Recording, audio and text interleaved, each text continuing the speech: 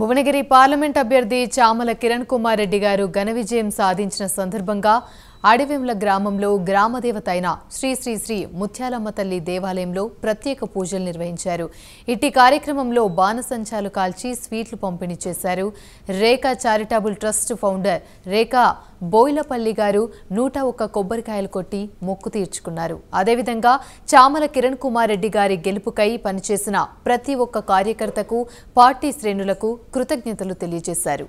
7వ తారీఖున మన అడవెంల గ్రామానికి మంత్రి కోమటిరెడ్డి వెంకటరెడ్డి గారు మరియు తుంగతుర్తి శాసనసభ్యులు మందుల సామెల్ గారు, ఇప్పుడు కొత్తగా ఎంపీగా ఎన్నికైనటువంటి చామల కిరణ్ కుమార్ రెడ్డి గారు ముత్యాలమ్మ తల్లి ఓపెనింగ్కి రావడం జరిగింది.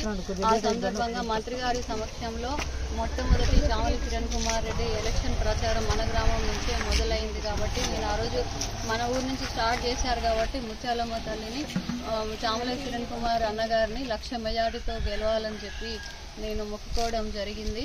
కానీ ముత్యాలమ్మ తల్లి ఇంకా బ్లెస్సింగ్స్ ఇచ్చి ఆయన 2 లక్షల ఓట్ల మెజార్టీతోటి ఇక్కడ గెలవడానికి కారణమైంది.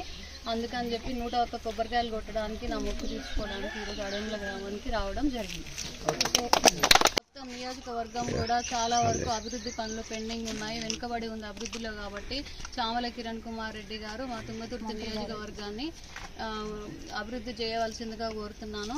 అలాగే మంత్రి కోమటిరెడ్డి వెంకటరెడ్డి గారు అడవెంల తిమ్మాపురం రోడ్డు సమస్య ఏదైతే కొన్ని సంవత్సరాలుగా బాధపడుతున్నామో దానికి ఆయన ఆల్రెడీ గ్రీన్ సిగ్నల్ ఇవ్వడం జరిగింది మన ఊర్లో జరిగిన ప్రెస్ మీట్లో. ఇప్పుడు మిగిలిన అభివృద్ధి కార్యక్రమాలు కూడా మన ఎంపీగా కొత్తగా ఎన్నికైనటువంటి చామల కిరణ్ కుమార్ రెడ్డి గారు పూర్తి చేయవలసిందిగా కోరుకుంటున్నాను.